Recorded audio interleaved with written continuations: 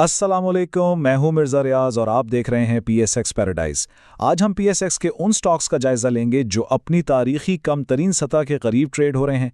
हमारा मकसद ये समझना है कि इनमें से कौन से स्टॉक्स में गहरी वैल्यू छुपी है और कौन से ऐसे हैं जो एक मुस्तकिल गिरावट का शिकार हैं, यानी मौका और खतरे को अलग करना है।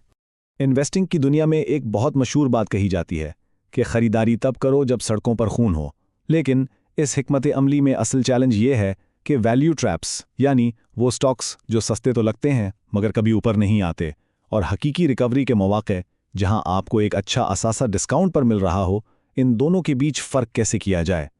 हमारी आज की ये वॉच लिस्ट इसी फ़र्क को समझने की एक कोशिश है। तो चलिए शुरू करते हैं इन 24 कंपनियों से जो हमारी स्क्रीनिंग के बाद हमारे रडार पर आई हैं। ये वो स्टॉक्स हैं जिनमें छुपे हुए मौके भी हो सकते हैं और बड़े खतरात भी। तो ये रही वो लिस्ट। ये हैं वो 24 कंपनियां जिन पर आज हम तफसील से बात करने वाले हैं। ये तो हो गई हमारी शुरुआती लिस्ट, लेकिन अब असल काम शुरू होता है। अब हम इस लिस्ट को कैटेगराइज करेंगे और देखेंगे कि कहाँ मौका है और कहाँ खतरा। तो अब आते हैं हमारे दूसरे सेक्शन पर, द ट्रियाज, यानी छांटी का अमल। इस मुतनव्वल लिस्ट को बेहतर तरीके से समझने के लिए हमें इसे मुख्तलिफ ग्रुप्स में तकसीम करना होगा ताकि हम मौके और खतरे को साफ साफ अलग कर सकें। तो सबसे पहली कैटेगरी जो हमारे सामने आती है वो है हैवीवेट्स की। ये कोई पेनी स्टॉक्स नहीं है, बल्कि बाटा और एमएचटी जैसी बड़ी और मशहूर कंपनियां हैं जो इस वक्त तारीखी मुश्किलात से गुजर रही हैं। इससे ये पता चलता है कि जब मार्केट गिरती है तो बड़ी और मजबूत कंपनियां भी अपनी अहम सपोर्ट लेवल्स पर बहुत अट्रैक्टिव प्राइस पर मिल सकती हैं। लेकिन एक बात याद रखें, हर गिरा हुआ स्टॉक एक जैसा नहीं होता। अब हम सबसे अहम फर्क की तरफ आते हैं। वो स्टॉक्स जो जिंदगी के आसार दिखा रहे हैं और वो जो मुसलसिल गिरावट यानी फ्री फॉल में है। और सारा खेल इसी फर्क को समझने का है। हमारी ग्रीन शूट्स कैटेगरी में बेला और पीएबीसी जैसे स्टॉक्स हैं। इन स्टॉक्स ने मार्केट से बेहतर परफॉर्म किया है।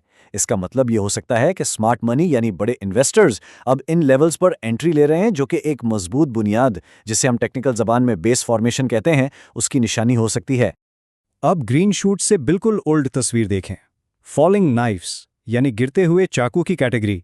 ये वो स्टॉक्स हैं जो ₹1 से भी कम पर ट्रेड हो रहे हैं और रोजाना बहुत भारी नुकसान उठा रहे हैं। ये कोई आम गिरावट नहीं है, बल्कि ये शदीद परेशानी की अलामत है और यहां तक कि कंपनी के दिवालिया होने का भी खतरा हो सकता है। इस खतरे की संगीनी का अंदाजा लगाना है तो जरा एलएससी एलपीआर पर नजर डालें। सिर्फ एक दिन में, एक सेशन में 52% का नुकसान। ये एक बहुत वाज़ेह इशारा है कि यहाँ कोई बड़ा कैपिटलाइजेशन इवेंट चल रहा है और ये इन्वेस्टमेंट के लिए इंतहाई खतरनाक सूरत हाल है। अच्छा, अब जरा सेक्टर लेवल पे देखें तो कहानी और भी दिलचस्प हो जाती है। टेक्नोलॉजी सेक्टर में हमें एक जैसी बहाली नजर आ रही है, जो इस बात का इशारा है कि शायद पूरा सेक्टर ही बॉटम आउट हो रहा है। जबकि दूसरी तरफ इंडस्ट्री और एनर्जी सेक्टर में मिलीजुली सूरत हाल है, जिससे पता चलता है कि कुछ मसाइल कंपनी के अपने हैं और कुछ पूरे सेक्टर पर असरअंदाज हो रहे हैं।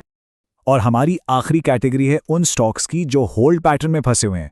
सीसीएम और बाटा जैसे स्टॉक्स में ट्रेडिंग वॉल्यूम बिल्कुल फ्लैट है, जो मार्केट की तरफ से इंतजार करो और देखो वाली पॉलिसी को जाहिर करता है। इसका मतलब है कि कीमत एक बहुत तंग रेंज में कंप्रेस हो रही है और मार्केट किसी बड़े मूव से पहले फैसला नहीं कर पा रही।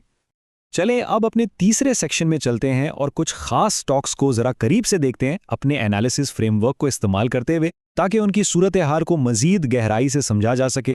तो सबसे पहले बात करते हैं बीला की। देखें, प्राइस में तकरीबन 8% का इजाफा, वॉल्यूम भी बढ़ रहा है और चार्ट पर एक मजबूत बेस बनता नजर आ रहा है। तो ये सब हमें क्या बता रहा है? ये इस बात का इशारा है कि सेलिंग प्रेशर अब खत्म हो रहा है और स्मार्ट मनी यहाँ दाखिल हो रही है। इसीलिए मीडियम रिस्क के साथ हम इसे 1 साल के टाइम फ्रेम के लिए मरहलावार इकट्ठा करने का एक अच्छा उम्मीदवार समझते हैं। अब जरा LSE-CLR को देखें, जो इसकी बिल्कुल उलट मिसाल है। कीमत सिर्फ ₹0.36, एक दिन में 52% की गिरावट और वॉल्यूम में जो स्पाइक है वो पैनिक सेलिंग को जाहिर करता है। ये गिरते हुए चाकू की एक क्लासिक मिसाल है, जो शदीद कारपोरेट मसाइल की निशानी है। यहाँ डी लिस्टिंग का खतरा बिल्कुल हकीकी है। तो यहाँ हमारी एडवाइस बिल्कुल साफ है, इससे दूर रहें। तो जनाब, अब हम पहुंचे हैं अपने आखिरी और चौथे सेक्शन पर, जहां हम इस पूरे एनालिसिस का निचोड़ आपके सामने रखेंगे और इसे कुछ वाज़ेह काबिल अमल नुकात में बांटेंगे। तो इस सारी एक्सरसाइज के बाद हमारा फाइनल वर्डिक्ट क्या है? बाईं तरफ वो स्टॉक्स हैं जैसे BEL, MEHT और TRG, जिन्हें हम एक्यूमुलेशन यानी जमा करने के लिए मुमकिना उम्मीदवार समझते हैं, और दाईं तरफ LSECR और यूनिटी जैसे हाई रिस्क स्टॉक्स हैं जिनसे गुरेज करना बेहतर है।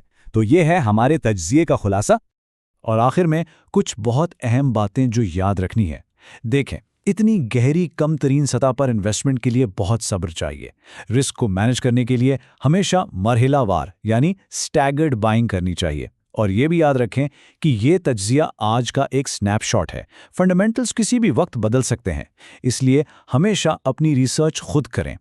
ये तज्जिया PSX पैराडाइज की तरफ से सिर्फ तालीमी और तहकीकी मकासद के लिए तैयार किया गया है। सरमायाकारों को कोई भी सरमायाकारी का फैसला करने से पहले अपनी ज़ाती तहकीक करनी चाहिए और मुनासिब रिस्क मैनेजमेंट का इत्लाक करना चाहिए।